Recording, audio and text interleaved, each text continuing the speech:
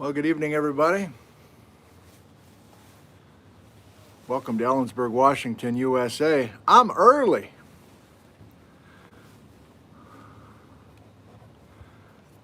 My time here is 5:37 p.m. That's a record for starting early, 5:37 p.m. And our program is not going to start until 6 o'clock. We're talking about Oregon tonight, Oregon Geology, question mark. Why am I starting so early? I can't keep up with all this mail, and so I want to make sure that I thank people, so I need extra time to kind of get caught up on all this stuff that's been arriving. Ken, the mailman's now watching the program. He came and delivered a bunch of boxes and then said, hey, let's talk about Bailey Willis for a few minutes. So shout out to Ken, the mailman.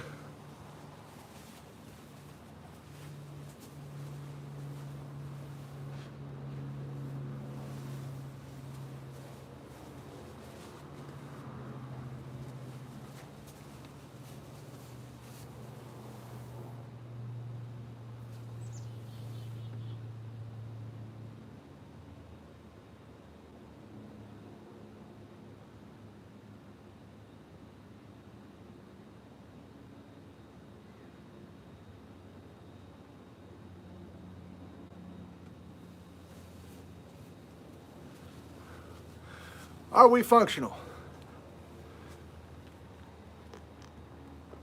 Who can we say hi to here before we start looking at these pieces of mail?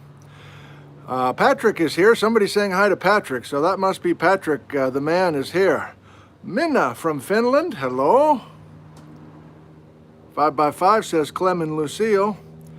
Judy, bunch of 5x5s, that's wonderful. Yeah, it's about 90 degrees. Elaine in New Mexico. Plain boy. Yeah, we had all sorts of sirens and I think a helicopter. Something may have happened out at the freeway. I hope everybody's okay.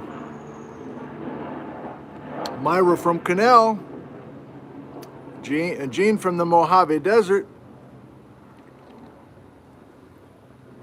Kathy. Roto Boy, sure. Kay from Renton, hello, nice to see you. Amarillo, Texas. Hotel Papa 100, keep it real, homie. Switzerland. Patty, Harlan, Iowa. Ooh, baby. Okay. Let's look at the schedule.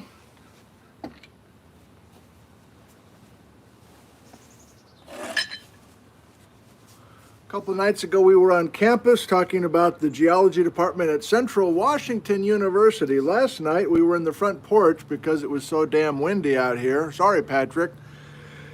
And we were talking about Bailey Willis. Moving on. Tonight, talking about Oregon Geology. We're going to cross the border and go south. So, I've invited some special guests, and I'll tell you about them once we start at the top of the hour in the live chat. I want to save the discussion of cinder cone volcanoes until Saturday morning, so we'll kind of be coming back to Oregon to talk about cinder cones, among other places in the Northwest. And then Sunday morning, 9 a.m., these are all times Pacific, of course.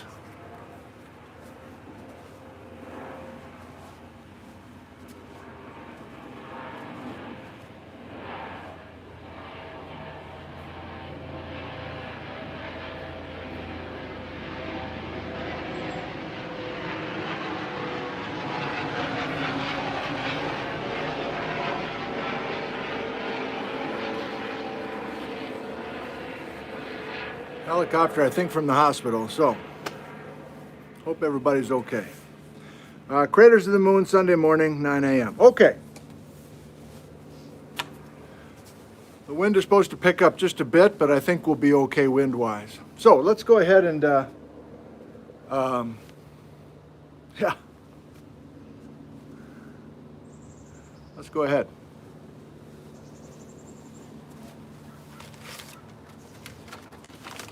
Another letter from Patrick. Thank you, Patrick. I appreciate it very much. Thank you. I would say we're pen pals, but I guess I'm not writing you letters back, so maybe we're not pen pals.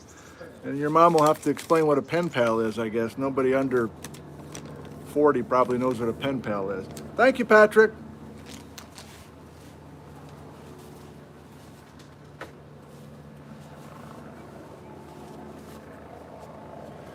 I have two gifts that I have double and triple and quadruple checked the package, the inside, and I can't find a card. I can't find a name. So please identify yourself if you see this live or if you see this in replay. I'd love to be able to know who to thank for these gifts. I'm sorry, I just cannot find your name. Let me double check one more time on the inside. Did you write on the inside maybe?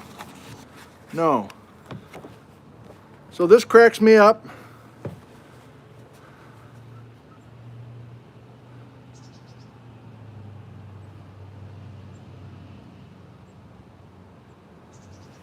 I feel like I need to show you a couple pages in this coloring book. Parents, you need to do what you need to do. I'm going to show a couple pages in a book that's titled this, okay? Parents, it's going to take 3 minutes.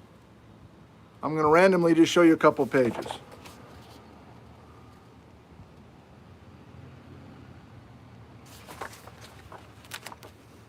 Probably not a smart move, but I'll do a couple more.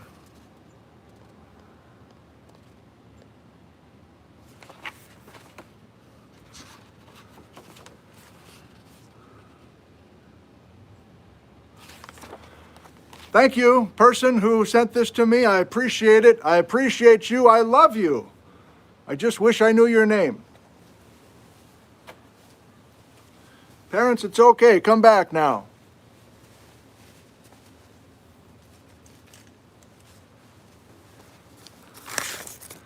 Piece of mail from Japan, from Daniel, in Kominato Hiranai Aomori. Thank you for the mail. He sent two very special pieces of serpentinite wrapped in foil from Japan. Serpentinite, a metamorphic rock that forms in the deep oceans. And what's this other one here, Daniel? Sample one is a piece of pumice from the Mount Hakoda volcanic group in Aomori Prefecture. It stinks.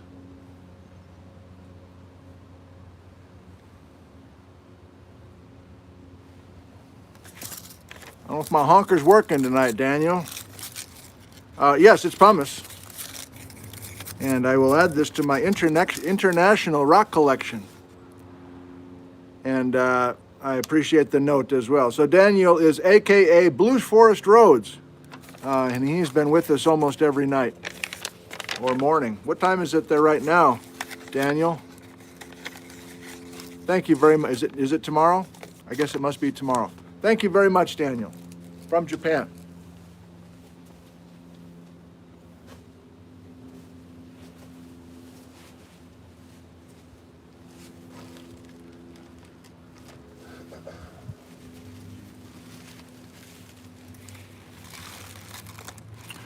This is from Federal Way, Washington. A couple of photos. Crinkle cut French fries. And they were out to Drumheller looking for my hammer. Roger and Mickey. And they not only sent those two photos, but Roger and Mickey say, we appreciate all you do to keep us educated and entertained. Oh boy, we got a guest. Hang on. Come on. Come on. Come on. These guys want to say hi to you. You look at my ball? These guys haven't seen you in a while.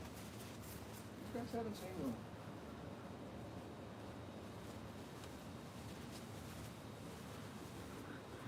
You haven't seen this guy in a while. Bijou, would you say hi to these guys now, please?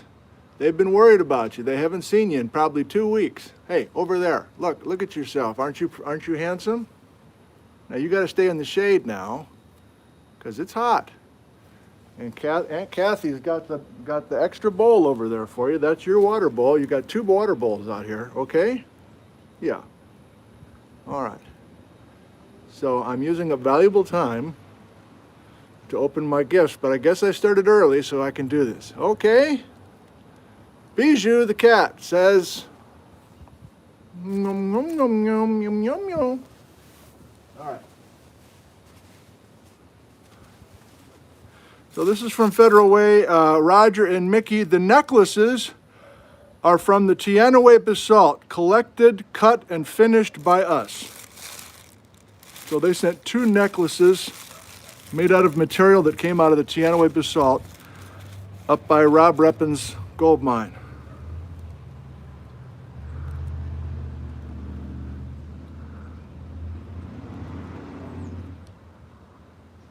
Beautiful work, Roger and Mickey. Here's another. Found some beautiful agate material from the Teanaway area.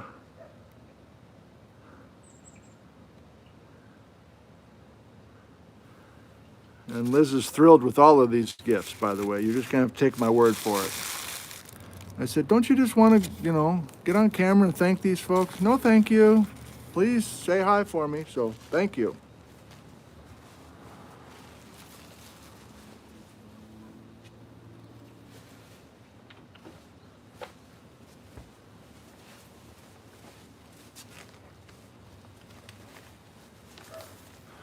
From Fall City. Arrived this afternoon. I don't have time or maybe the inclination to read all these letters. Hope you understand. This is from Will in Fall City.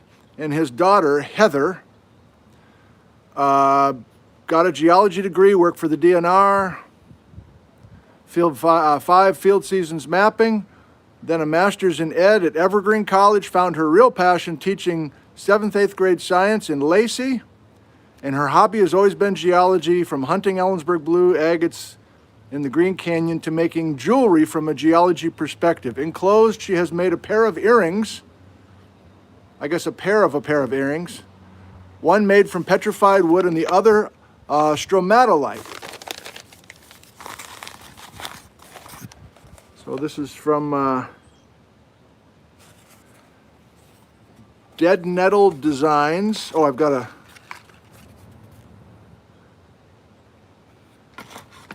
Am I going to battle that shade again tonight, that shadow? The answer is yes.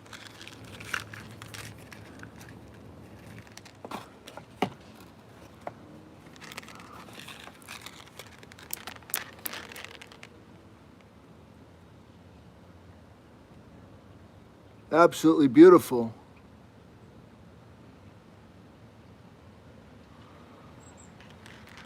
Thank you, Heather.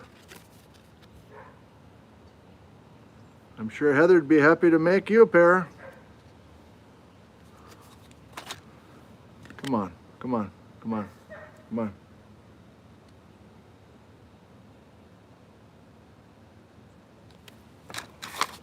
Much appreciated, says Liz.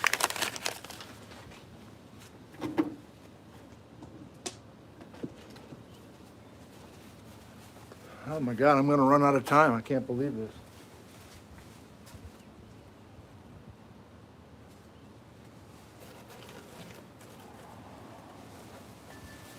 And some of these will have to wait till Saturday morning, I guess. Wow. Box from Edgewood, New Mexico. Very nice comments from Elaine in New Mexico. And I can't read your card or I'll start crying. And nobody needs to see that. So thank you for the heartfelt card. And here is something I could have used a half an hour ago. I tried to help Liz with something on the stove and Grabbed a handle on a frying pan that was in the oven. So, but Elaine, you sent me, God, even if I say it, I'm going to start crying. So I just want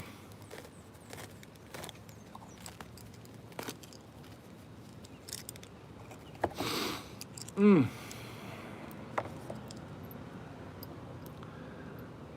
more bolo ties for the collection.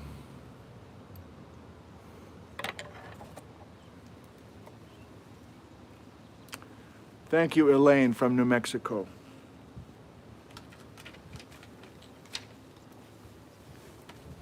You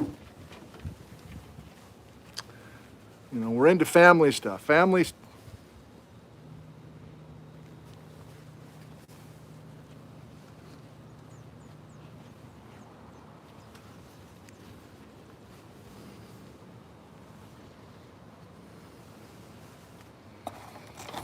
Can't do it. Thank you.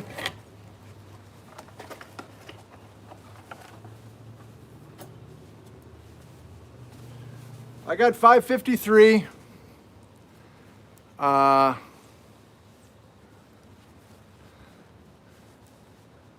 If you're confused and have tuned in, I'm starting the program at 6 o'clock. I'm just saying hi and thank you to a few people.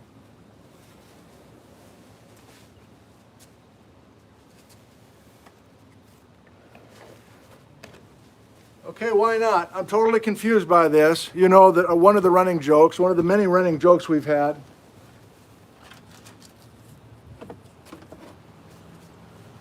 Wind's picking up just at the wrong time.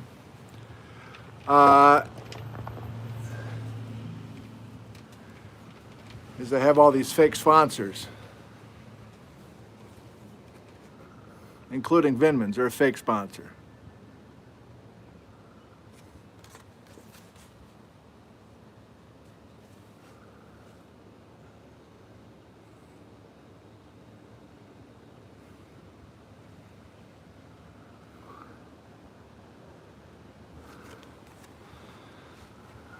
So I'm a joy giver. I'll put that on my business card. The Lay's team from Lay's Potato Chips. This episode of Nick from Home brought to you by Lay's Potato Chips.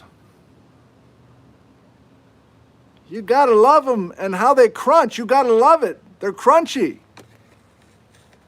Damn, those chips are crunchy. You gotta love it. So what did they send? Did they just send me the card? That would be fine. And they gave me directions. If you post this about a surprise, if you post about this surprise on your social channels, please be sure to mention that Lay sent it to you for free. Thanks for your help and understanding. And if you couldn't read the card, they're doing this. We heard that you've been going above and beyond to bring joy to the people in your community. For that, we're proud to call you one of our joy givers, and we hope this gift can help you keep bringing joy whenever and wherever it's needed. So I don't know if somebody tipped Lay's off about what we're doing here, and if you did, please identify yourself so I can thank you. Or, I don't know, are they just cruising YouTube or something? But anyway, what did they send? A bag of chips? No.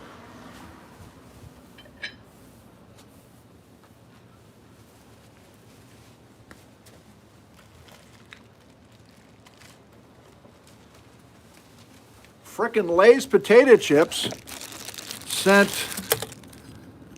a gizmo from my iPhone to anchor on to something. Lay's Potato Chips sent me a You Rock quotable mug. But wait, there's more.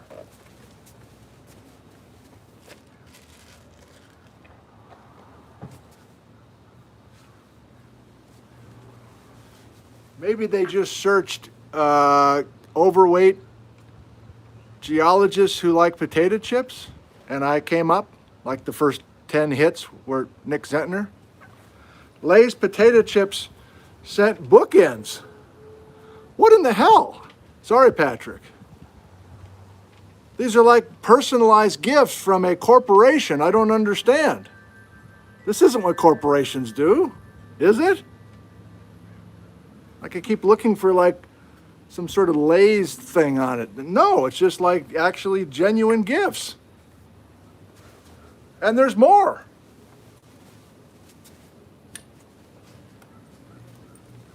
This is like a tripod. I haven't even opened it. It's a tripod that works with an iPhone, I assume. So, customer service person or whoever from Lay's potato chips, thank you. What am I gonna do after the show? I'm going to Disneyland, but I'm also gonna go to the nearest supermarket and buy me a full shelf full of Lay's potato chips. It's Third Person Thursday, you understand. Nick Zentner loves Lay's potato chips. Thank you, Lay's. I never thought I'd say that. I can't stop. I got to do one more because it's pretty hilarious. And I can't find your name. I can't believe it. I can't find your name. So this came in the package.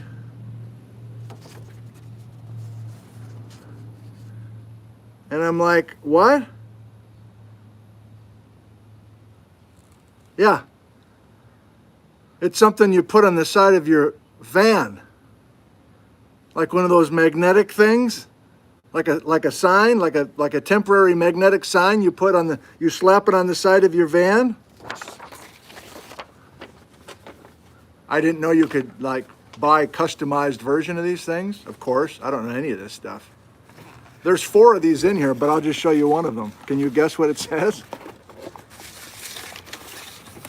For the next time I live stream, while using my gizmo, while driving on a country road, while going past some joggers near West Bar, let's say, let's say the joggers are freaked out that a older gentleman with a bolo tie with a camera hanging out of his passenger window is slowing down and following them. I need this the next time I go out.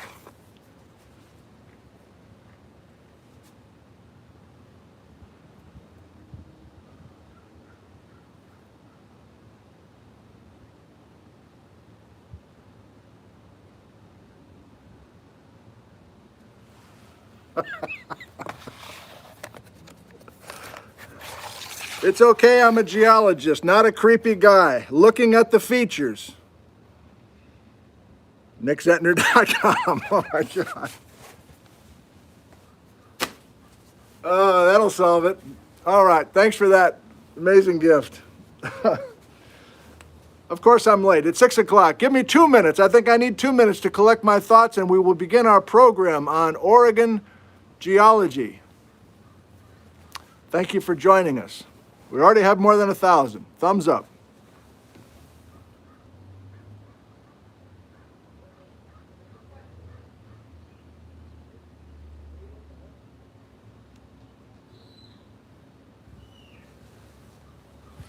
And would you mind, are we 5x5 just one more time? Are we functional? We're doing okay? Audio, visual. I didn't really carefully look for that. I'd hate to do this and realize it's not functional. There we go. Thank you.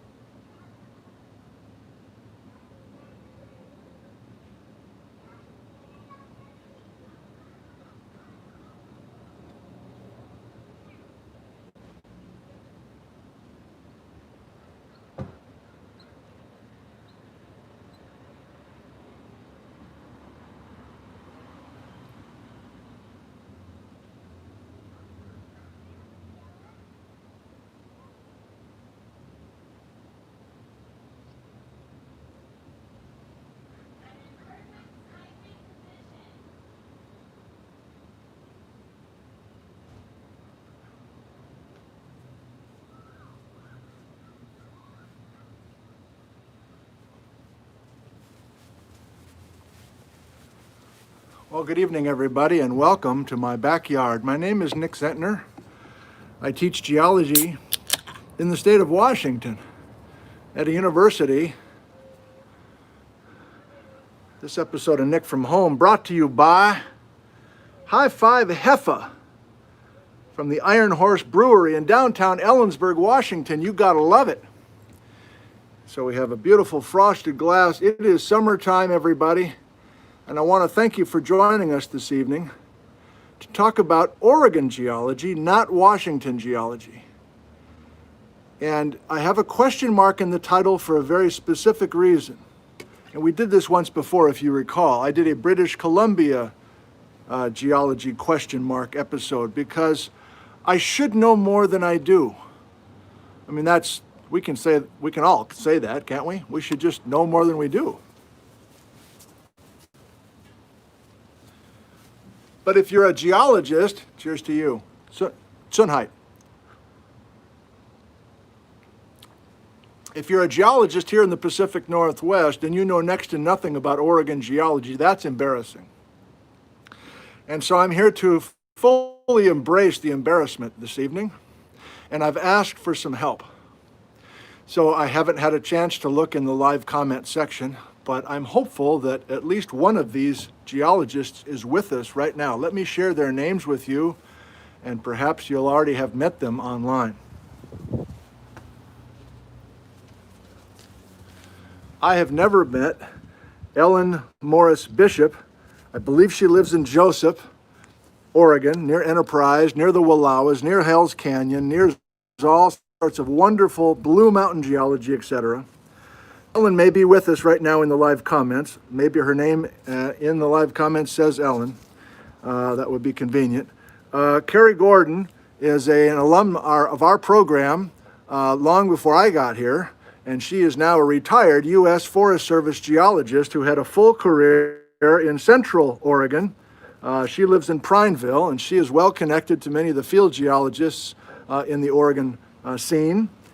And then Marli Miller, hopefully, is also with us, and she lives in Eugene, teaches at the University of Oregon, and has written books.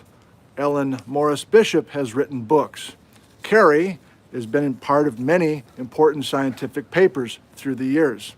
So I think we'll go right to materials that you might want to purchase, and then we'll turn our weary eyes, to the chalkboard and have me do a few things. Then we'll go in the cozy fort. Then we'll do a little bit of live Q&A. But as a Washington person, we're going to be leaning more on you and your discussion.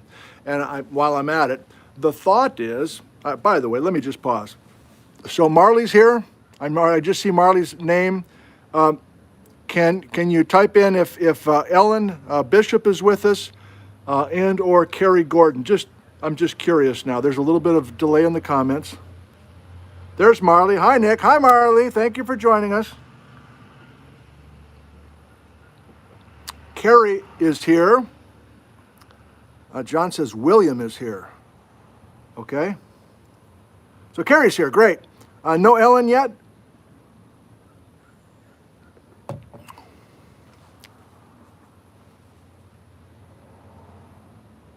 Okay. So we might get Ellen as well. So I just truly went to my bookshelf this afternoon and just grabbed anything related to Oregon. So this I'll show you just in no particular order. In Search of Ancient Oregon by Ellen Morris Bishop. She is a gifted photographer, so many of her books are kind of / coffee table type books. This is a favorite. In Search of Ancient Oregon, A Geological and Natural History, Timber Press. The Blues, talking about the Blue Mountains. Robert Carson, who had a long teaching career at Whitman College in Walla Walla, Washington. But he also is a photographer. Many of these folks are gifted with the camera, kind of like Bailey Willis last night. And so the Blues has some coverage of the geology of the Blue Mountains. Back to Ellen Morris Bishop, Hiking Oregon Geology. co-author John Elliott Allen, Specific Geologic Hikes in Oregon. Another Ellen Morin Bishop, I think this is a relatively recent publication, one of my favorites, Living with Thunder, Exploring the Geologic Past, Present, and Future of the Pacific Northwest. Going region by region, text, beautiful photographs, Ellen Morris Bishop. William Orr, Bill Orr, and Elizabeth Orr. Many different textbooks through the years, many of them talking about geology of the Pacific Northwest, geology of Oregon. And I think Bill is actually giving a talk at 7 o'clock online with there's a new geology group for citizens based out of Bend. I can't remember the title. Hopefully somebody can type. Carrie, can you type that in? So Carrie's part of that organization. Maybe it was part of starting it. And I think Bill Orr is doing some talk at 7 that you could watch later on, or you can jump ship and go watch him at 7 if you want. And last but not least, Marli Miller, who is with us, has done 2 magnificent books that are updates, massively updated books on the Roadside Geology series. And what I mean is these are both second editions for Washington and Oregon. And Marli is also a gifted photographer, gifted with visuals. So these are different than the yellow-covered roadside books of the 1980s. These have much more visual appeal. I'm not slamming the first editions, but if you haven't gotten your hands on both of these books by Marli Miller, I strongly recommend them. And I've used them off and on over the years. So what's the plan? These guys are in the live chat. Well, what are they supposed to do? Well, maybe they'll have one ear with what I'm about to talk to everybody about for just a little bit. And my main approach is try to just set up a decent discussion with you all. So my approach will be to take some of the themes in Washington that we have been using over the last 2.5 months or whatever it's been, more than 3 months, I guess. Taking these themes that have been Washington-centric, crossing the border where you have to pump your own gas. I think they speak English down there in Oregon, and they take the dollar bill, right? It feels like a foreign country sometimes, but I want to see what's common, what can actually just cross the border easily and continues to be major themes down there. And I also want to highlight some things that are unique to Oregon. I'll do that a lot probably. I'm so used to talking about Washington, I'll misspeak. Oh boy. But what I really want from our experts, if all 3 are here with us, or 2 of them for sure, your assignment experts, Oregon geology experts. Hopefully you've got a keyboard of some kind in front of you. It's easy for you to type. And one ear is kind of listening to me and the other ear is correcting me, adding stuff on what I'm saying. Answering questions throughout this whole thing if people are just generally wondering about such and such. I heard that the Clarno is such and such, and the Painted Hills and the High Lava Plains. So I don't know those details. And if you feel like you want to just kind of deal with people individually right away while I'm talking, that's totally great. Because we'll all be able to watch this replay, at least I will, and many people will be watching this after the fact, and they'll have plenty of detailed Oregon geology and little kernels that will get them interested in wanting to learn certain things. So the main hope is that people are tuning in to learn about Oregon geology. They're learning a little bit from me, but mostly from the experts and maybe even from each other in the live comments. And at some point, I suppose I'll just stop and eat a ham sandwich and just let you guys talk to each other in the live comments section. Maybe I'll just pull up a chair and read along with everybody else. But I do have a few surprises in the Cozy Fort, so we'll make sure to get in there and look at a little bit of video as well. Okay, this might be a long one. What else is new? Let's get started.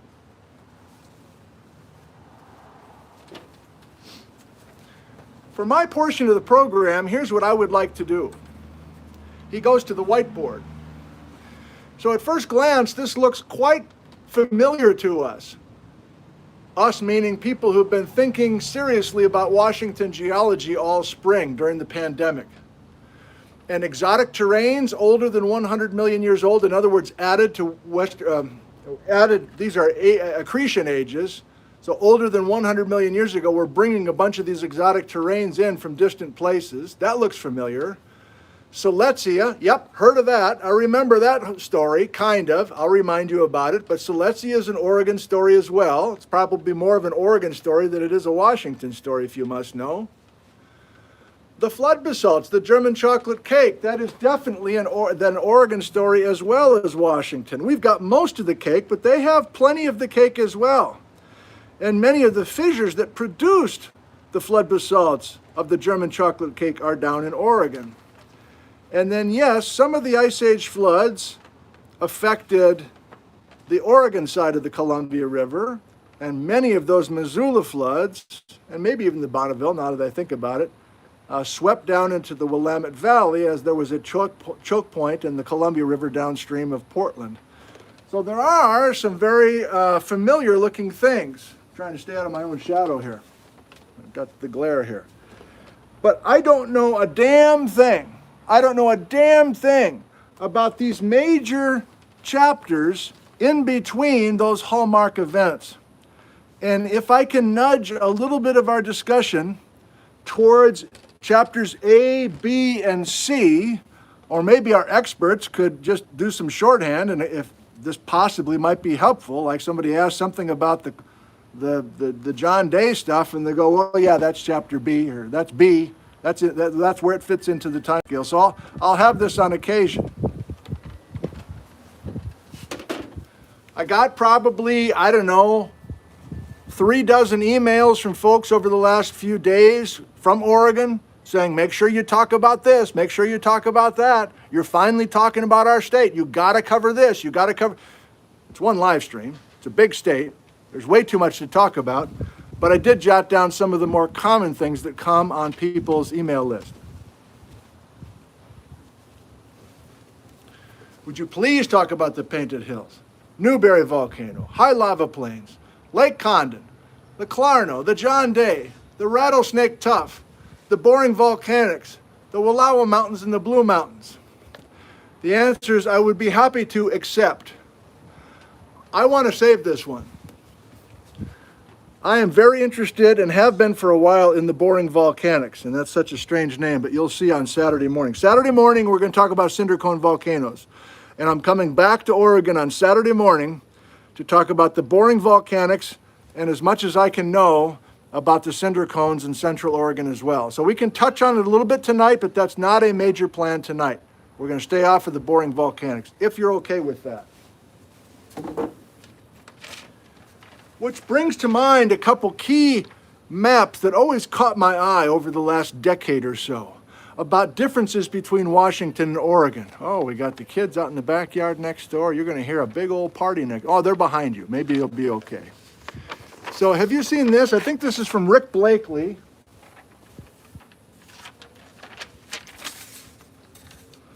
Newly retired USGS researcher. To me, here's one very significant difference between Washington and Oregon. And we need to explain what we're looking at here. The yellow dots are shallow crustal earthquakes. And notice how Washington is dominated by shallow crustal earthquakes. And notice how few shallow crustal earthquakes, how few yellow dots there are in the state of Oregon. And then we go back to Earthquake Central down here at Cape Mendocino and the Triple Junction and the San Andreas, etc. Now, please don't misunderstand me. There's the major Cascadia trench, right? We have the magnitude 9, the magnitude 8, the magnitude 8.5 great earthquakes. That's a very real threat for both Washington and Oregon. But the shallow crustal events that are tied to the clockwise rotation, that's a Washington problem and not an Oregon problem. And before we get to the magenta there, if that's even magenta, and I get a kick out of the one fan who keeps going, oh my God, not the clockwise rotation again. I love that. I love it when you say that. Yeah, we're doing it again. So to explain this, the basic way to explain why we have all these shallow crustal earthquakes in Washington and not tons of shallow crustal earthquakes in Oregon is because of the rotation of the crust in the Pacific Northwest. Northern California block bumps into the Western Oregon block, bumps into the Western Washington block. And the main point is we don't have shallow crustal earthquakes in Oregon because everybody's being rotated. You're within the stuff that's rotating. But Washington is getting hammered with shallow crustal earthquakes regularly because we're at the end of the line. We're in the crumple zone, where all that rotation is happening into a stable northern Washington and Canada. Now, what's the other thing? What does Oregon have a surplus of that we do not here in Washington? And the answer is this, I'm not flipping you off, is the magenta stuff. And the legend here says quaternary volcanics. So volcanoes that are younger than 3 million years old.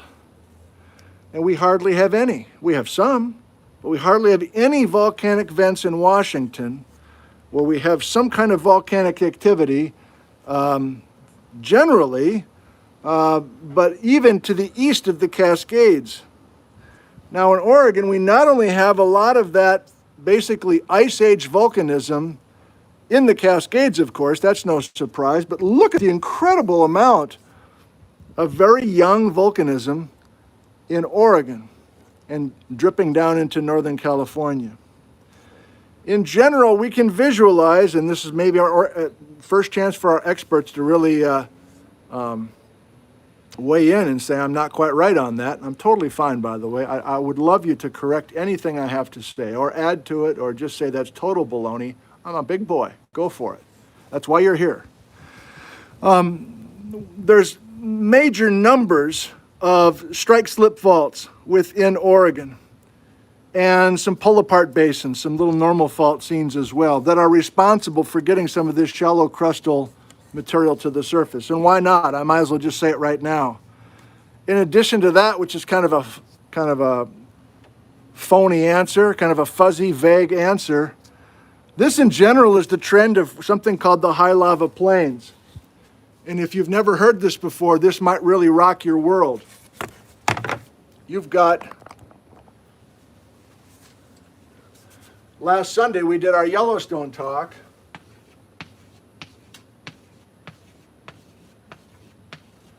Those are the calderas tied to the North American plate, dragging to the southwest over a stationary Yellowstone hotspot. And what was our age pattern? It was, I know you can't see that, but that's brand new stuff at Yellowstone Park today, going back 5 million years ago at my in-laws' house, 10 million years ago where Evel Knievel jumped over the Snake River Canyon, 17 million years ago in southern Nevada, northern Nevada and southeastern Oregon. Well, what's the high lava plains? What's with all these volcanoes? There's actually an age progression of this volcanic material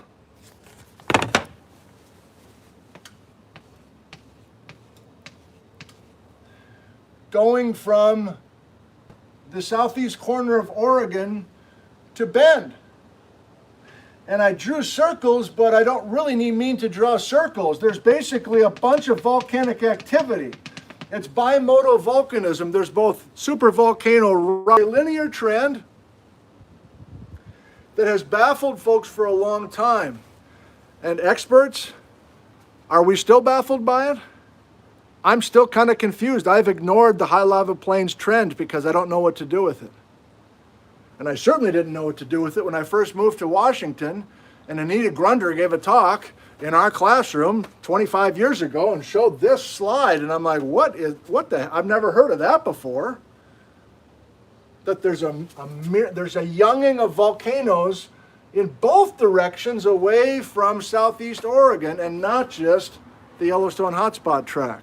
And this is not a Yellowstone hotspot story. Now, some of you might be confused because you've seen what I've done before with an older trail of the Yellowstone hotspot itself and then rotating those calderas away. The high lava plains is younger than that. That's a much different story. So there's kind of two major supervolcano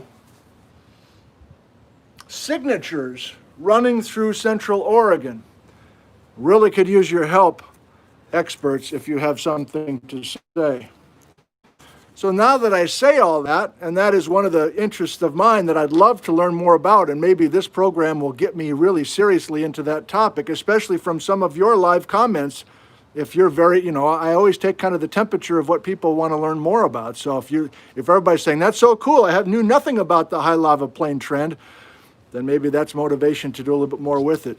In my form, I should feel like, I should say that our experts and many others, dozens more Oregon geologists, have done amazing amounts of public outreach through books and other things. So I always feel like I'm kind of, stepping on somebody's toes if I cross the border and start doing stuff in Oregon. I've only really done it once. I did a program on the Crooked River caldera and Smith Rock, which we'll look at in the Cozy Fort. But I don't know, maybe with this format and this style, it won't be too intrusive. So I'm not sure this is the high lava plain trend now that I think about it. This is stuff that's just quaternary in the last 3 million years, and the high lava plain trend, I believe, starts at 10 million years ago and goes to today. So let's get off of that. Too much on that. This will be scattered. But the further back in time, the more perspiration comes down the brow. That's how it works, okay? So we can really start perspiring if we go back this far or even further. Let's do it. Let's go back to this time. Similarities? Oregon is just as young as Washington. If we go back 200 million years ago, here's old North America, here's the west coast of old North America, John Stockton's house, etc. And there is no Oregon, there is no Washington for the most part. And so we're building all the bedrock of Washington and Oregon in the last 200 million years. So we have that in common, to be sure. Now I think this is an interesting map. You'd think that I would credit all of these, but no, I just grab things and go. Unprofessional. Unprofessional. So unprofessional.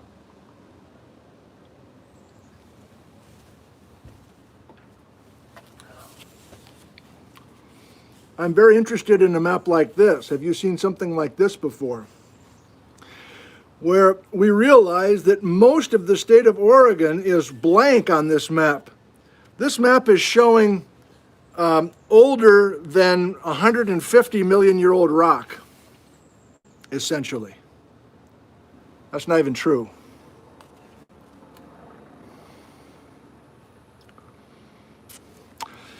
This stuff is showing bedrock that's older than 50 million years old. Let's pick a random number. The point is, we have so much young volcanism in Oregon, so much young volcanism in Washington, that everything's buried. Another helicopter. So it's really just the Klamaths and the Blues that we can get down to this oldest chapter, good Lord, to this oldest chapter, this exotic terrain chapter. So that's a similarity and a difference because, of course, much of central and southern Washington has German chocolate cake, and we can't see the terrains either. But in northern Washington, we do get a window of that exotic terrain material. And then, of course, British Columbia has nothing but, pretty much, that exotic terrain stuff. There's also individual colors, very distinctive rocks from the exotic terrain days, and you can kind of swing these rocks over to the blues.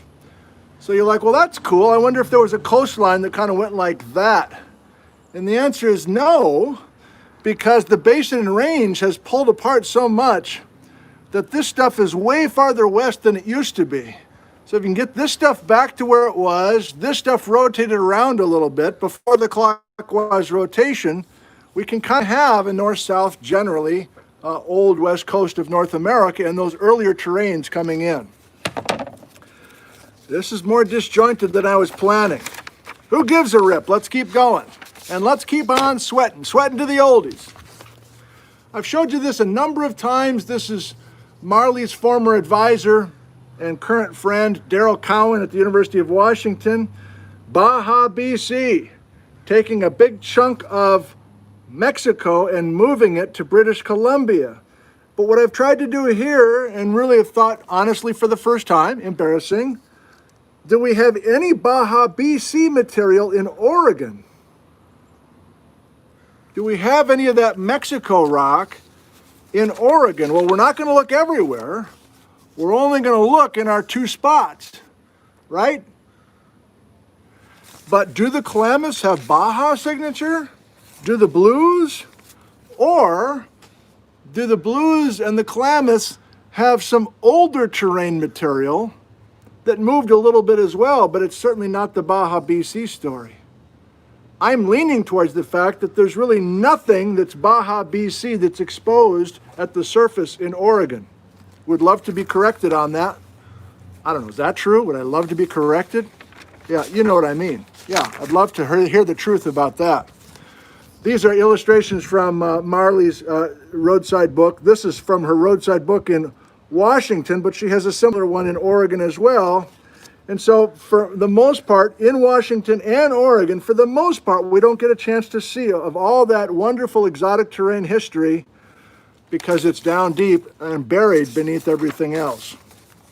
So again, I come back from Marli's book and say, are we looking at exotic terrain material that's older than Baja BC in the Siskiyous and the Klamaths? Or is it part of the Baja BC story? And I'm leaning towards island archy kind of stuff coming in off of the ocean and not kind of the second wave of terrain material coming from the south. How are we doing? I'm going to pause for just a second. I just want to make sure that we are communicating, number one. The glare is quite strong at the moment, so I can't even really, I'm kind of flying blind here.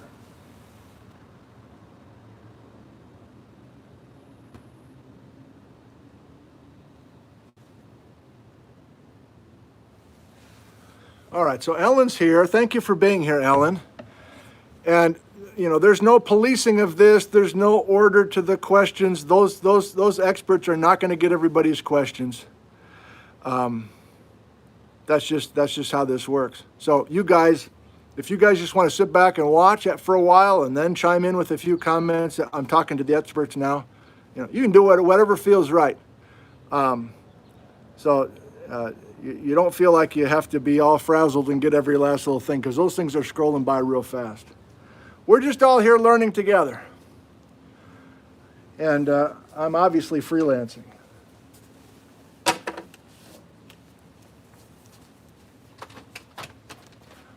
Can I do a little bit more on this before I truly kind of turn to the live comments myself after the Cozy Fort? The answer is yes. I think I want to do a few more things. So that's what I have to share about the exotic terrains, building the basement of both Oregon and Washington. Siletzia, for those that are new to us or unfamiliar with the basics of the story, let me do that in 2 minutes or less. Once upon a time, there was a huge, large igneous province with more than 10 times the volume of basalt than we have in the inland Pacific Northwest. And we do have a significant amount of basalt in places 3 miles thick, making up the Columbia River basalts that I call the German chocolate cake. But can you imagine an amount of German chocolate cake? It's basically more than 10 times the material. Let's pick a number. 12 German chocolate cakes all together out here in the Pacific Ocean. That was a thing. That's a for sure. A large igneous province called Siletzia that built very quickly offshore starting about 56 million years ago. Not everybody agrees on why that Siletzia, large igneous province, was created so quickly. Some say it was created quickly because that's where the Yellowstone hotspot was located, out in the ocean 56 million years ago. The same Yellowstone hotspot that today is in Wyoming. Why did it move? It didn't move. North America moved over the top of the stationary Yellowstone hotspot.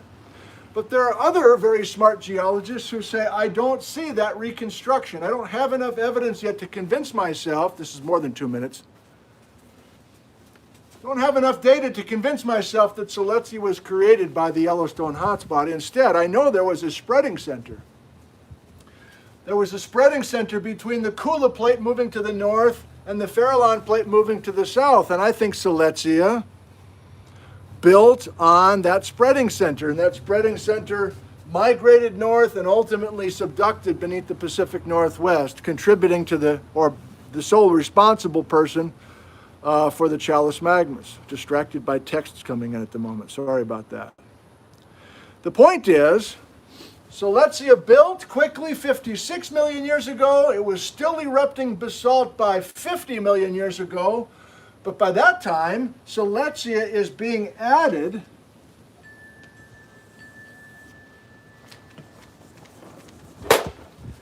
to a substantial portion of the Pacific Northwest. And at the surface, you can see the Siletsia basalt, and of course there's a bunch of local names. It's called the Crescent basalt up in Olympic National Park in Washington. It's the Siletz basalt or something. I don't know all the Oregon names.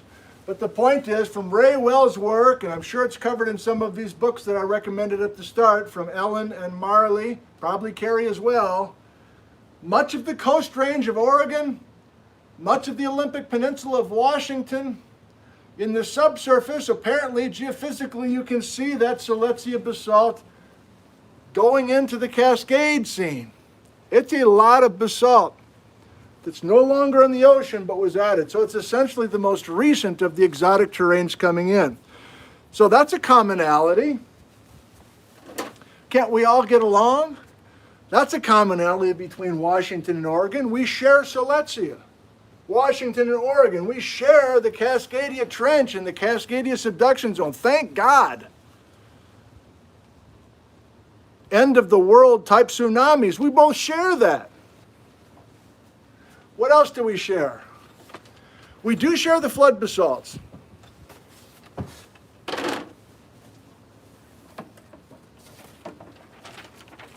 Ellen in particular has made some beautiful maps and video programs on the Columbia River basalts and individual flows. Here simply just looking at the Pomona flow, one of the youngest of the lavas that had fissures over in Panhandle of Idaho, flowing through an old river channel, then flooding an interior plain. But the point is, I want you to look at the brown and look at how much of the German chocolate cake is in Oregon, northern Oregon, even down into southeastern Oregon. Those are the Steens and the Imnaha flows, entirely Oregon basalts. By the time we get to the Grand Ronde flows, then we're getting over to John Stockton's house. So that's a commonality between Washington and Oregon. I have a few more commonalities, a few more general statements, and then I think I'm done talking with this portion of the program.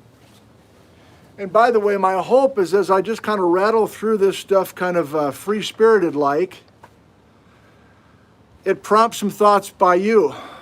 And I don't know if you really need to wait until the live question and answer. You've got your experts there, and maybe you've already been doing it, but you could just go right to Marli or somebody else, or just kind of, I should have said that to begin with. I don't know if we need to wait on our questions, since we have a bunch of people who can answer your questions throughout the program. Totally fine by me if it's fine by you.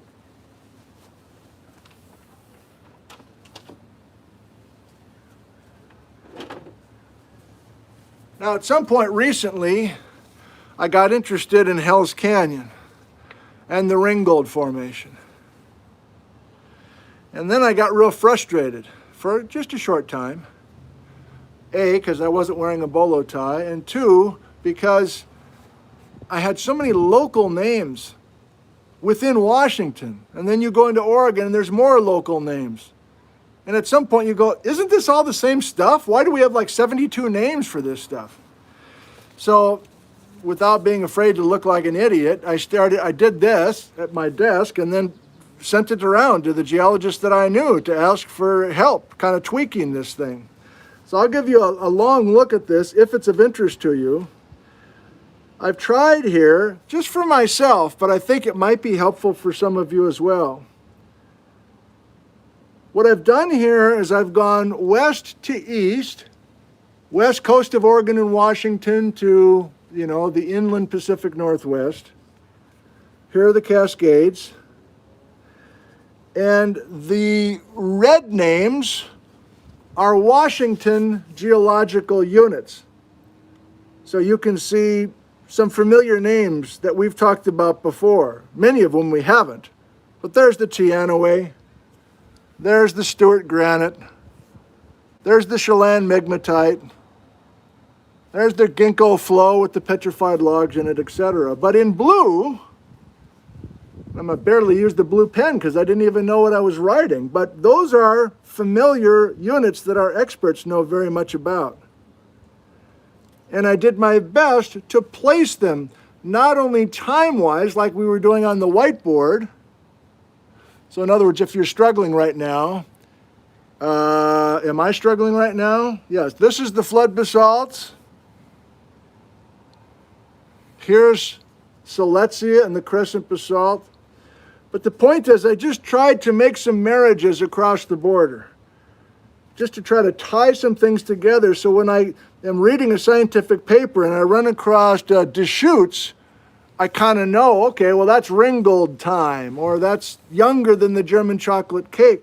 Without something like this, I don't know about you, but with something like this, I just crumble. I just cannot continue because they're just a bunch of names, and I can't put them, I can't get them organized in my head. So does something like this bring up some questions for you? Like you always knew about a certain collection of rocks, but you didn't know how to plug them into something bigger. And what's with all these wedges? Well, there's a lot of sedimentary material and volcaniclastic material and lahar-type material coming away from the Cascades, both in Washington and Oregon. These broad aprons of material that have a Cascade source.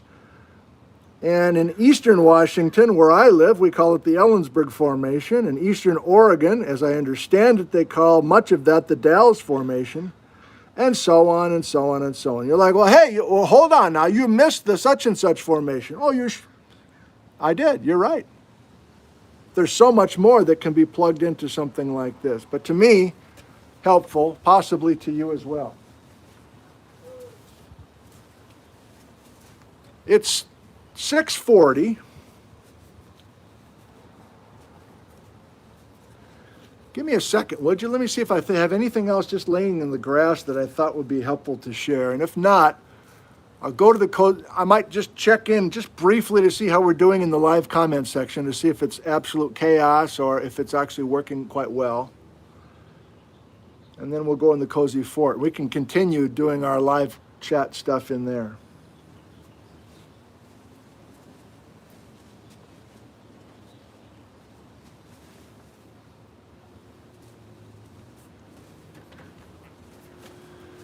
So I don't know, is it obvious to you? Is it obvious how to take each of these things, for instance, that are popular requests from viewers?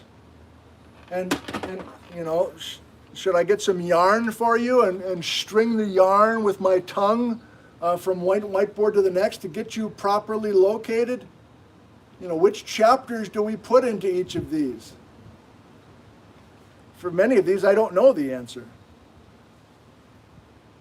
And that's how open-ended this will be this evening. I did have a couple other things I printed out, especially from Marli's book. Give me just a sec. Hang on, Patrick.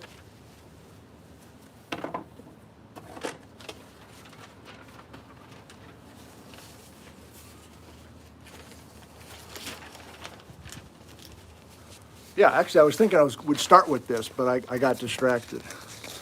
So this is from one of the first pages in Marli's Roadside Book of Oregon. And it's a common way to do this, right? You break the state down into provinces, physiographic provinces, especially if they kind of tell a coherent geologic story. I'm not sure these physiographic provinces really do have distinct stories to tell. There might be 2 or 3 major stories from each province that we could tease out. But if you're watching from Europe or Japan or something and have no idea about Oregon, I probably should have started with something like this just to give you a little sense of the distinct regions that we have. And probably also in the first section of Marli's book, she does a nice job kind of doing what I was doing. So I kind of laid this out ahead of time, and then I opened Marli's book and I'm like, oh yeah, she's doing kind of what I was thinking I would want to do here with you guys. She has a different approach, but it's organizing this the same way. And then especially helpful from a newbie like me, she comes down kind of like my clown show with the colored pencils. She's giving us specific stuff. Muffler boy. Lots of nice detail as well. And of course you would expect that in a roadside geology book. You want to take a drive, you want to stop at a certain outcrop and tell a particular story. Good stuff. Yeah. Yep. We're going to the, I know, I'm going to check the live comments.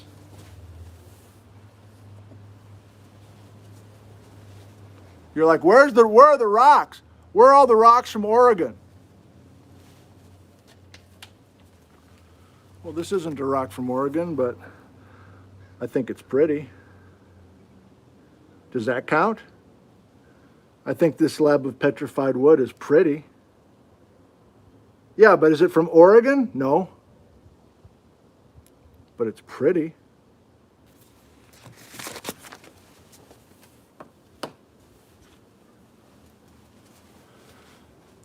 I can't hold it. So if Oregon does not have any exposed Baja BC rock, I'm not sure all 3 of our experts are Baja BC people, by the way. But if you're a Baja BC person,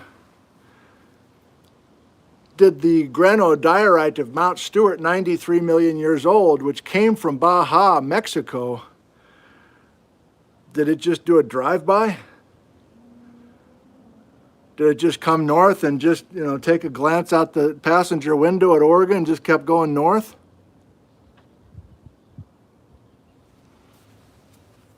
Inquiring minds want to know.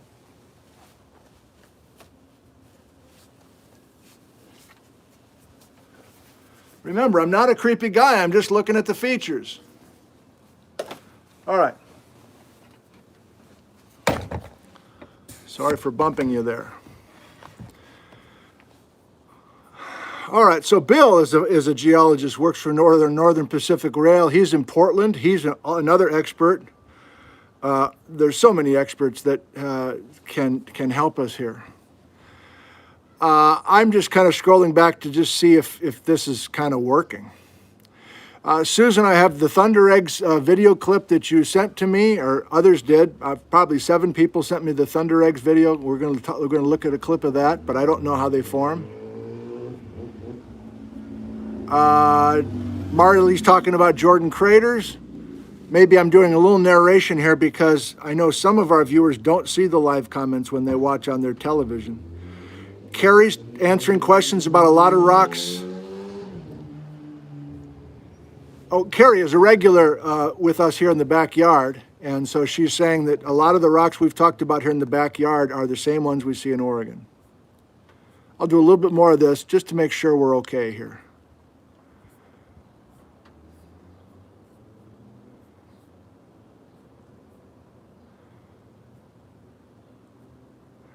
Marli's saying, I guess. I wouldn't know, though.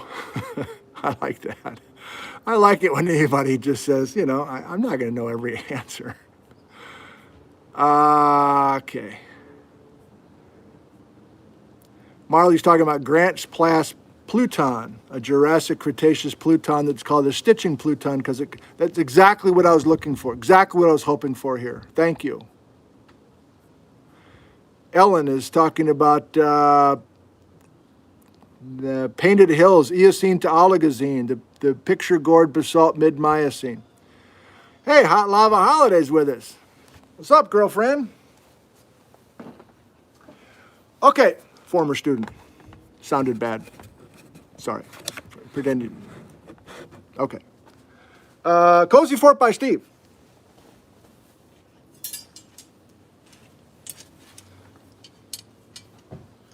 You keep chatting away now. You and I will thank our guests a few more times probably, but thank you, experts, for taking the time to join us here. It's a thrill to have you with us.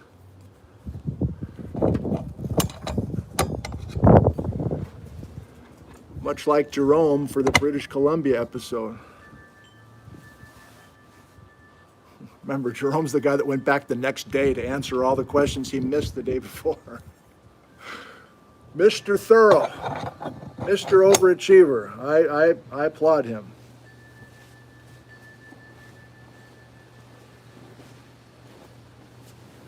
All right. What do you want to do when it's 90 degrees in direct sun? Do you want to huddle up in a blanket? I do, because it's the Cozy Fort. And I got a few surprises, including all three of our guests. So brace yourself, guests, experts. All right. Should have brought a towel in here with me. You know when you sweat so much and the sweat goes in your eyes and then you can't see anything? Like you just got done mowing the lawn. You're trying. All right. Okay, getting rid of me, getting rid of the live chat for the moment. We're starting with something that just came over the wire half an hour ago from Boston. The third and possibly final installment from, so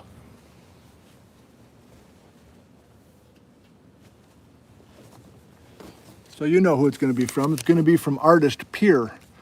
And Pier this time said, hey, here's my website. And I do a lot of work for hire.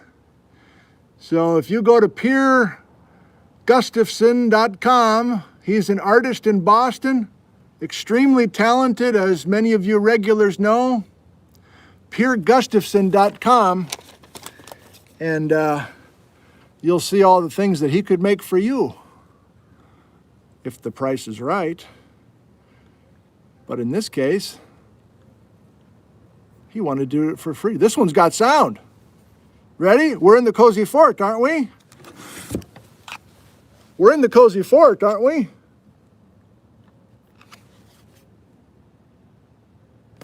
Hold it, hold it, hold it.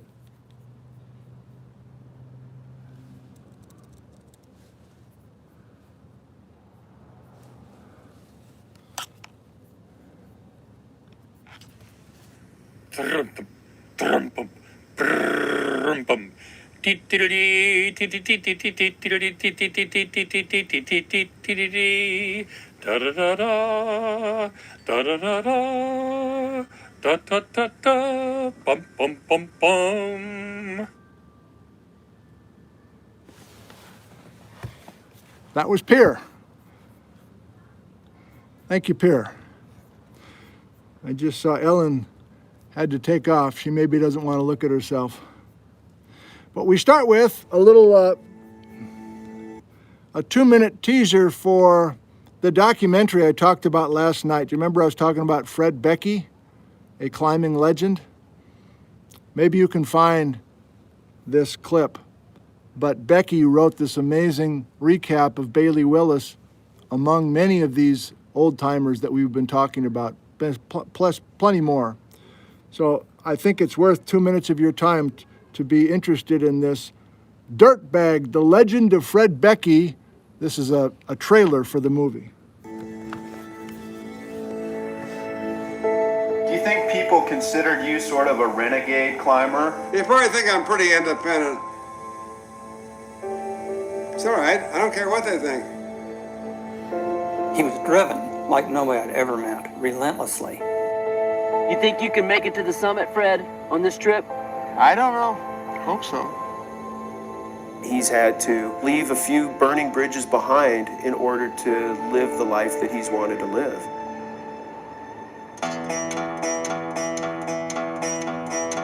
Fred chose this other lifestyle. He created his own culture. He became a culture of one. It's the grandfather of the road trip. His name is everywhere. He was there before the rest of us were. The guy knows more about the mountains of North America than anyone that's ever lived. One-track mind most of the time. If it wasn't on women, it was on climbing. Fred was lively and addictive. There's some sort of magnetism there. Right now, I don't know what I'm doing except tomorrow. I have no idea. As kids, we were together all the time. Our relationship deteriorated because he continued to climb, and I did not climb anymore. Fred was only focused on climbing, and he never felt sorry for you if your climbing ended up in a divorce. Totally obsessive. That's who Fred is. You know, obsessive behavior can lead to absolute genius. Some people may think it's an adventure to go on a cruise ship to the Mediterranean. To me, it's no adventure at all. Unless somebody bombs the ship. His contemporaries, they founded companies. They were like movie stars for a while. That was, to me, has been one of the great mysteries. Why did the best climber of all never go on to the greatness that they all did? He's a dirtbag, and because of that... Fred Becky. From Fred Becky to Marli Miller. Okay, it's called, and it's also intruded by granite here, and these decorations are scar minerals along the contact where there's been metasomatism. And it's cut by a normal fault. And this, right, I wrote this song a couple years ago about a real outcrop. I added a couple things here just to, you know, make the song a little more, have a little more to it. Yeah, it's a love song. Kind of a snarky love song, but love song just the same. It's called You Say All Your Faults Are Normal. No, that's not snarky. I don't know what else is.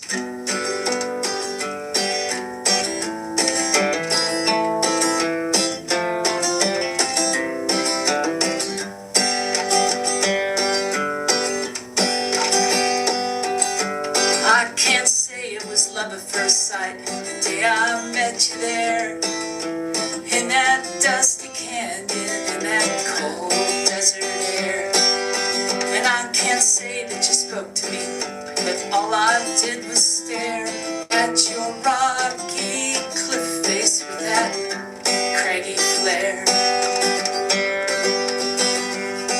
And as the years and the years ticked by, I kept coming back to that same old dusty canyon, far off the beaten track. And I could always see you, it was like you were there for me. And when I finally touched you,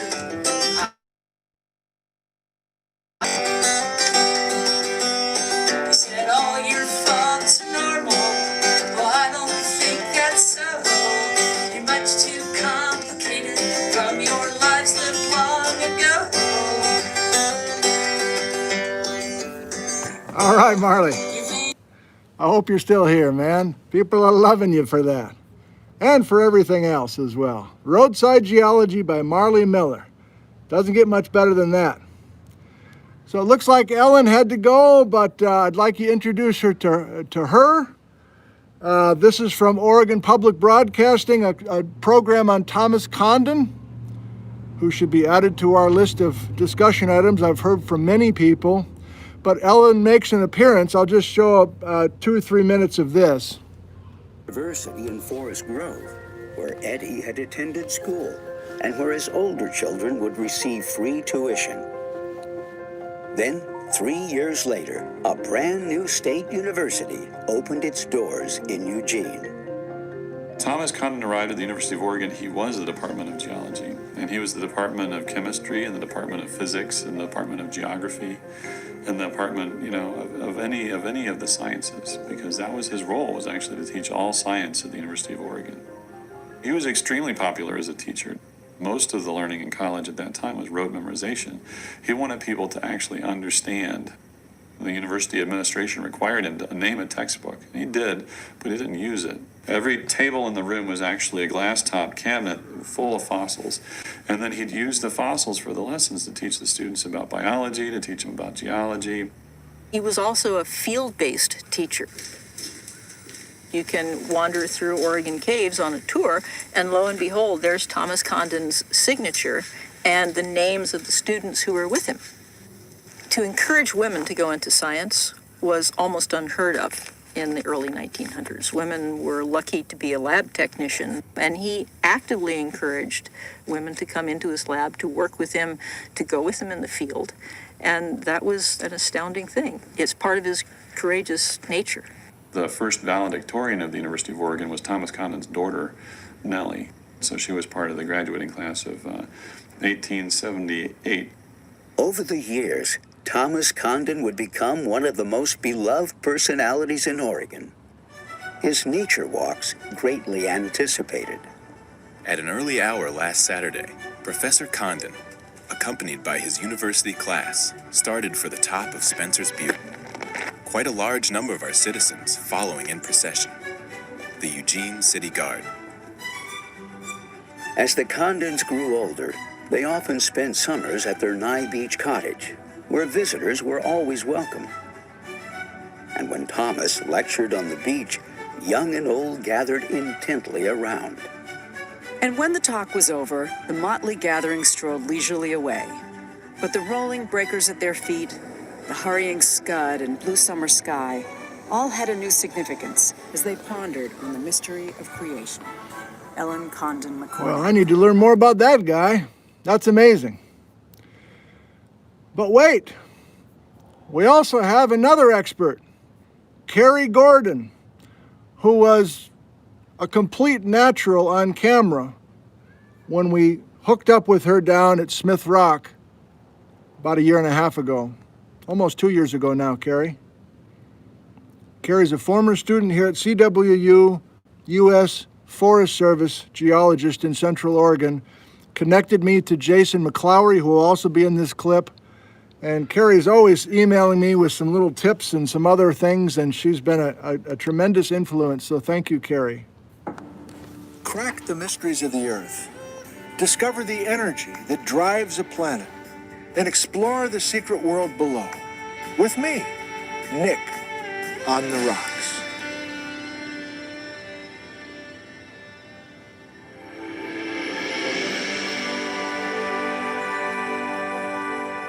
Smith Rock in Central Oregon, what a spot! Rock climbers come from all over to enjoy these challenging walls that tower above the Crooked River. But this gorgeous pink rock, what happened here long ago to create such unique-looking features? Geology is full of stories from long ago, and the story here is about as dramatic as we get with Mother Nature. Smith Rock is volcanic. It's rhyolite tuff from a series of absolutely mind-blowing explosions that were thousands of times larger than Mount St. Helens in 1980. Smith Rock is just a portion of a supervolcano that exploded here 29 million years ago. You just said that. The Crooked River Caldera, a crater 25 miles wide, outlines where the eruption did its thing. One of the things I think is so exciting about the Crooked River Caldera is it stretches from here at Smith Rock all the way to the Ochoco Reservoir, Grizzly to Powell Butte. It's a big feature. During these eruptions, collapse of the magma... I love you, Carrie. I mentioned that so many people sent me this clip on thunder eggs, and I have to show you part of it. It's 6 minutes long. I don't think we'll do the full 6 minutes, but do you know about thunder eggs? I don't know much about thunder eggs. I've never hunted for thunder eggs, but it's a big time deal. By the way, John Garver, are you with us? Did I see your name? If you want to stick around and want to get in on this, I'd like to learn about Baja BC rock that might be in Oregon. Oregon Public Broadcasting.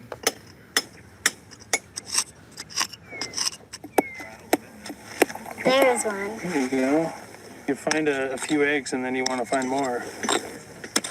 It's fun. And I can get dirty. Got better odds than Reno.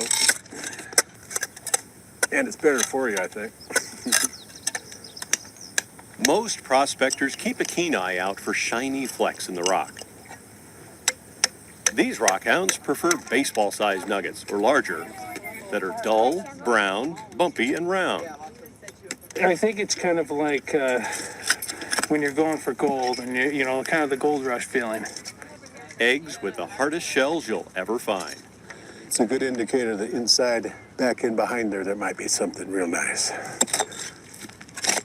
Thunder eggs lure people from all over the world to Central Oregon. Found one. Oh, there could be it. Jeff and his daughter Isabel came down from Bellingham, Washington. Gold is gold, but thunder eggs can have all sorts of different shapes. Skip ahead just a little bit. And things inside. To unlock thunder eggs here, filled with agate or opal or jasper. One tips the scales at nearly 2 tons. Another weighs 800 pounds and has never been opened to reveal what's inside. This is known as the meatball because it's got, that bumpy appearance, which is unique to thunder eggs as well. It's actually got a lot of little thunder eggs stuck to it.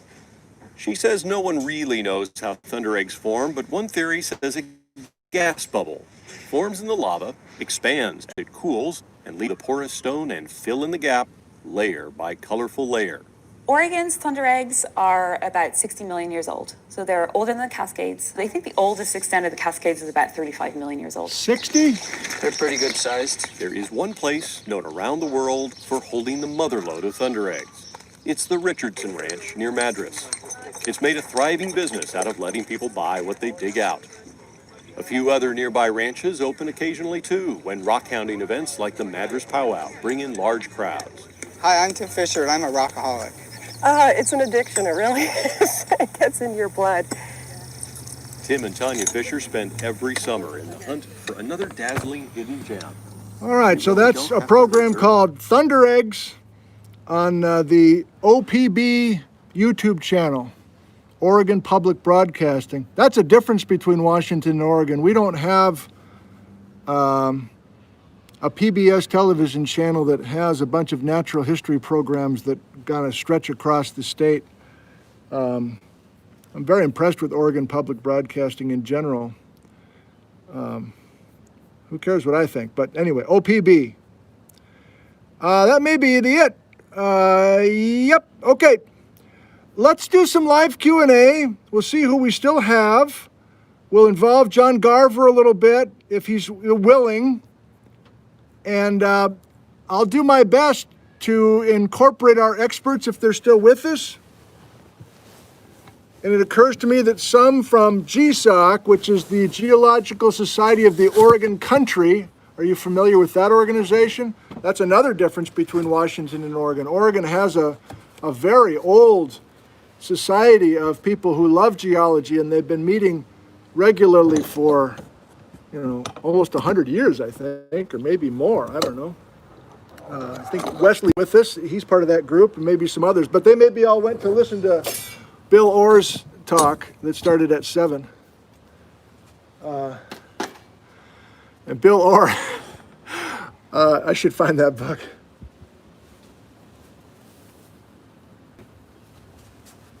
I'll tell you a quick Bill Orr story, and then we'll go to your questions.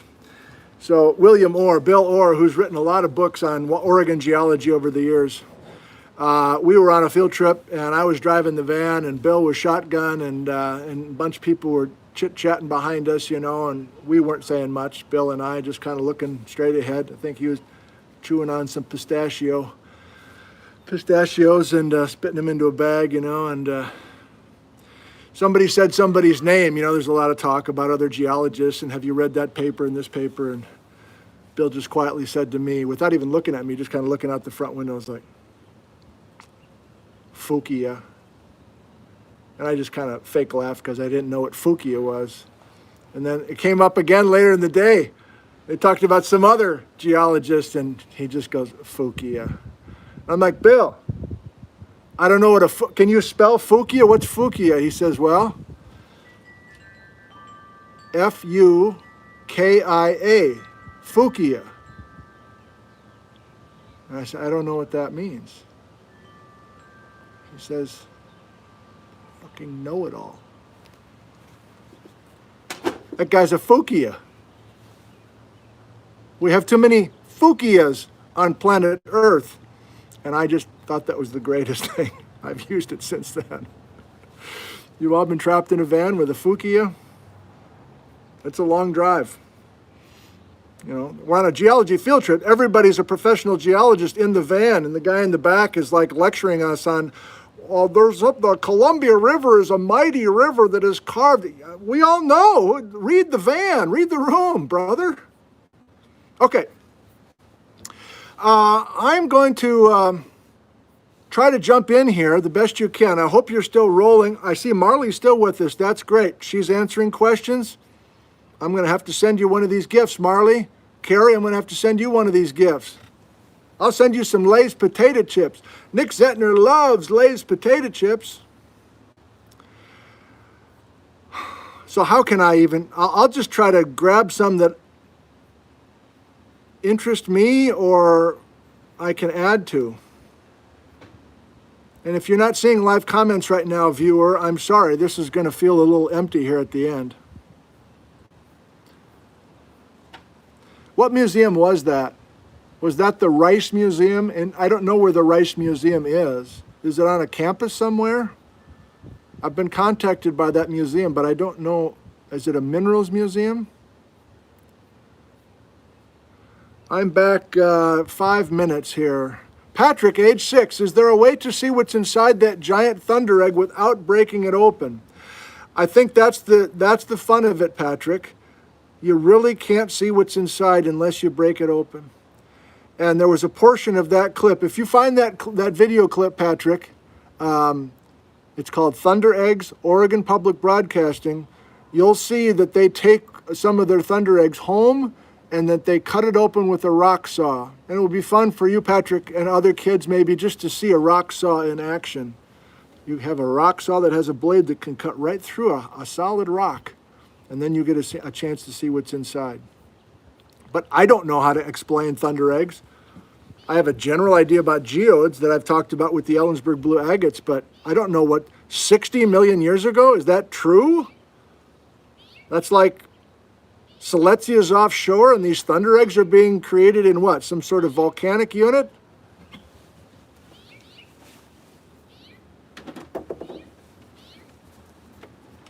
Hey, Marli, can I interrupt you? I know Silesia, hey, Marli, I know Silesia units are not covering all of Oregon, but I'm just using it as a time marker here. What units, where can I go in Oregon to see rocks that are native to Oregon, in other words, deposited on top of the terrains, like they're homegrown, but they were definitely there before Silezia's addition. And do the thunder eggs at Richardson Ranch in Madras come from this Chapter A story? I'm going to do that. I'm going to be selfish. Daddy's going to be selfish now. There's a delay, but I'm going to see if I can get Marli's answer possibly. And Paul's wondering about thunder eggs being created while under the ocean, and my papers are flying around. Hang on.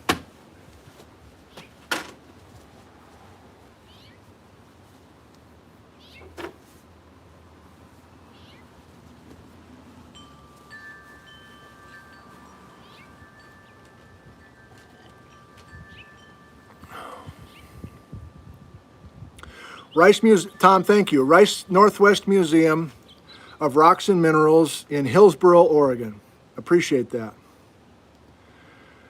I don't know of things called thunder eggs in Washington, Carol. We know that there's agates that are famous in the north of Ellensburg, but people don't really call those thunder eggs. So I'm really out to lunch with the thunder egg thing and what we even reserve that label for. Now Marli's talking about Jordan craters, which I've always heard of, don't know much about. That's back, that's pretty recent.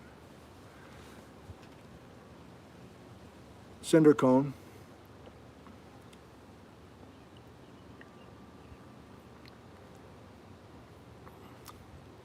Marli's doing some heavy lifting here.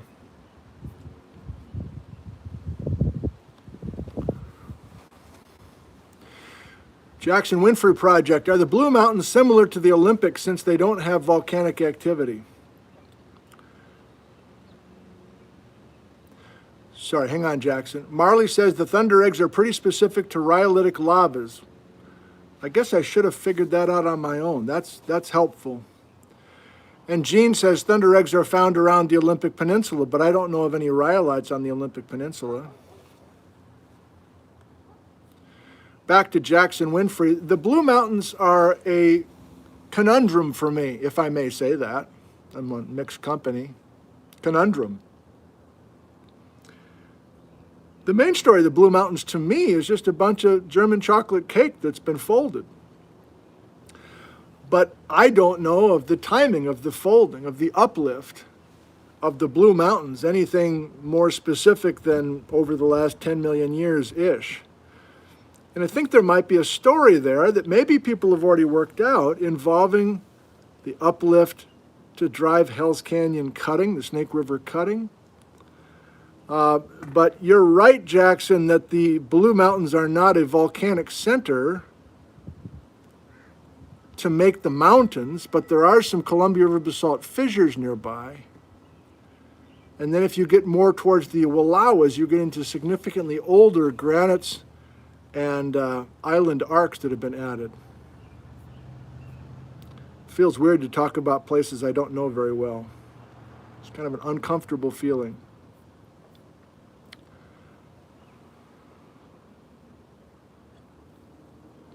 The Blue Mountains are much older. That's another way to say it, Marli. Thank you. We'll do a few more. I'm just a fly on the wall here, if you don't mind. I'm scrolling way back now.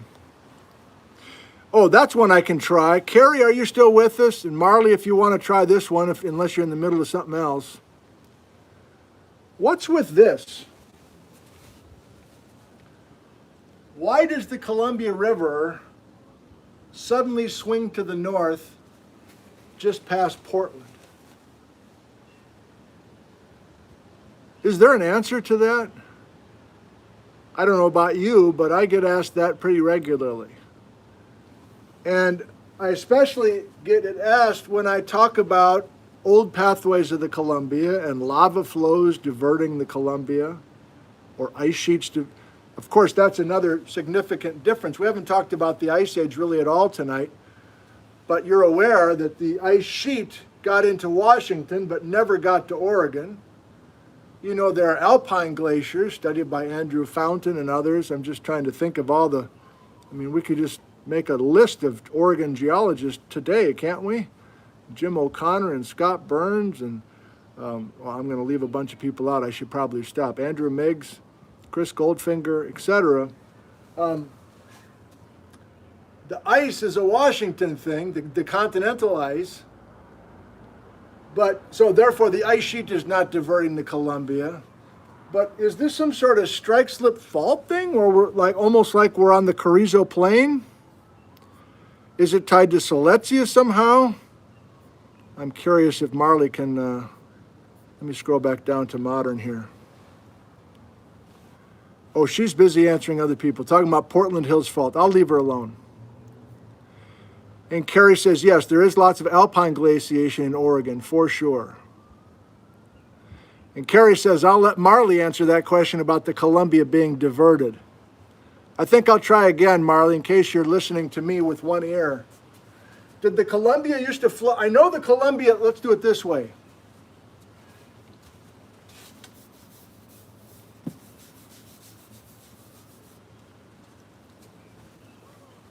The Columbia River, about 15 million years ago, used to flow like this.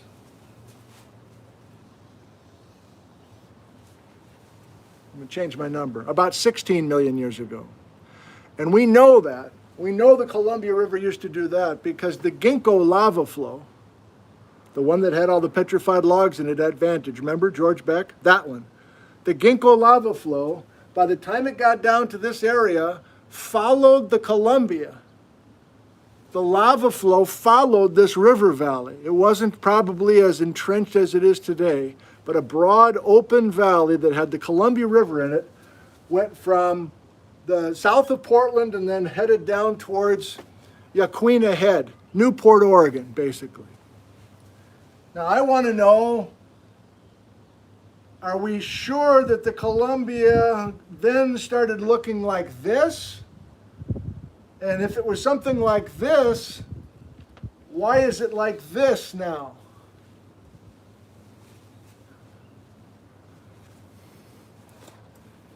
Oh, Marli thinks maybe the Ginkgo did not follow the Columbia.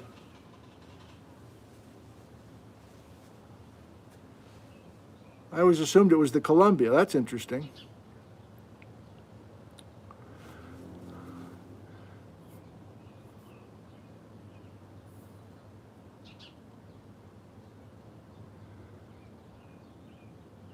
Ha ha, somebody tell Nick that the bend in the Columbia is pre-15. Okay, this is a big moment for me. And this is how we'll finish. Welcome to Nick from Home, everybody. Did you know that the Columbia River, before 15 million years ago, looked like this? And then there was an eruption of the Ginkgo lava out of a fissure near Moses Lake, Washington today.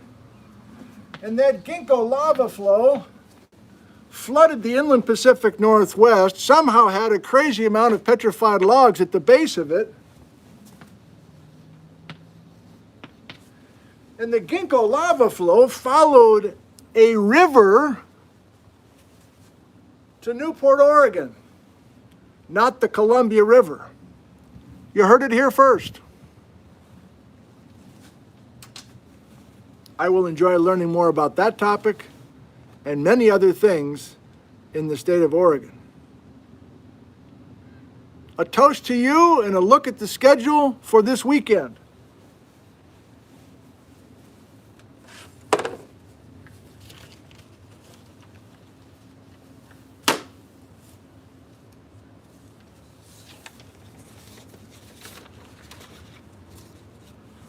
I hope you enjoyed the program. Unconventional as always. I'm not going to see you tomorrow. That's Friday night. But I will see you Saturday morning. I've got plenty of homework to do on the boring volcanic field, the Simcoe volcanics, the cinder cone volcanoes around Goldendale, Washington, even some of the cinder cones down towards Bend and Newberry. I want to try to focus on all of those, and I've always wanted to do something on it, and this will be a first step for me. And then with that knowledge of cinder cones, we will finish our series together Sunday morning at 9 a.m. With this knowledge from Saturday, we will look for some cinder cone volcanoes at Craters of the Moon National Monument in central Idaho, and we will quickly realize there is much more at Craters of the Moon than a few cinder cones.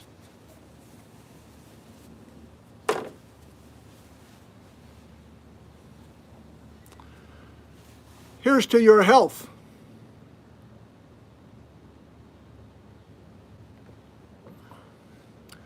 Here's to the health of your parents and your grandparents and your children and your grandchildren.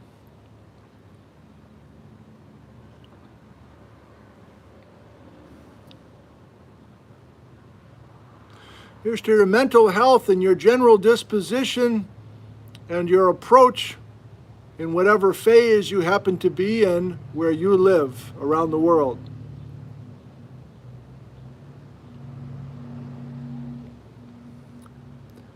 And here's to our 3 experts from the state of Oregon who generously gave an hour of their time, an hour plus of their time, to join us here this evening. Carrie Gordon, Marli Miller, and Ellen Bishop. Here's to you.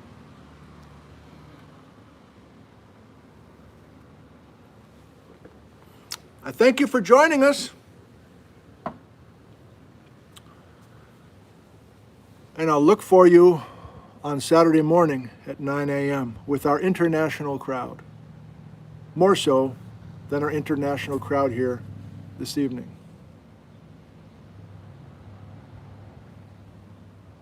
I love you. Good night from Ellensburg, Washington, USA.